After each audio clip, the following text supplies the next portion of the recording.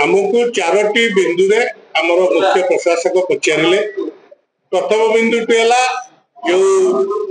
दीघार जगन्नाथ मंदिर होती से धाम जो लिखाई आम कहलु आमर हिंदू धर्म सनातन धर्म रे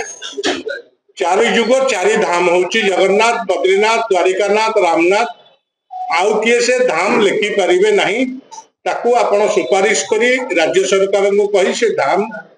को काटंतु सेटा होची समस्त भाव रे जेतु आमर चारि धाम चारि शंकराचार्य चारि धाम रो मुख्य आउ किए से धाम लिखि पारिबेनी से अन्य जगन्नाथ मंदिर करि पारती। द्वितीयटी है दारू मूर्ति जो आमर संपादक निजे तैयारी आमर दारू घर दारू नबार कौन सुविधा नहीं जदि सी नहीं थाई पारती आपण ताकू डाकिकी सीधा सड़क पचारि पारती कौटू दारू नेले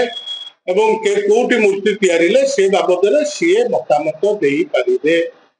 तृतीय क्वेश्चन की है जे जगन्नाथ महाप्रभु सी हेले दारू ब्रह्म पत्थर रे मूर्ति जगन्नाथ कौटी पूजा पाती नहीं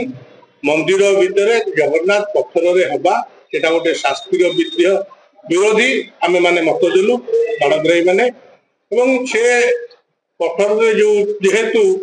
मूर्ति करचंती सेटिकी आम मानकर जीवा अनुचित जेहेतु आमे जगन्नाथ धाम मुख्य धाम ठाकुर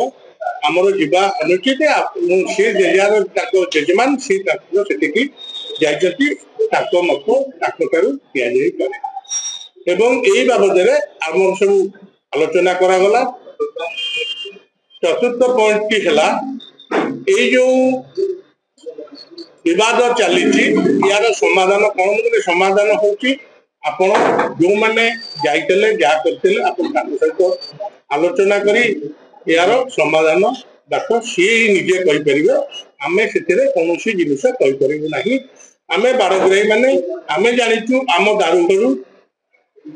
दारूर दायित्व दैतापति निजोगर दारू ता भर जाना जदि जामती नहीं कथा उत्तर सी दे पारे। जय जगन्नाथ। दैतापति निजोगर संपादक निजे जाइले सी तार उत्तर भल भाव आपण मानक दे पारे से मुख्य प्रशासन कहूँ आप डाकतु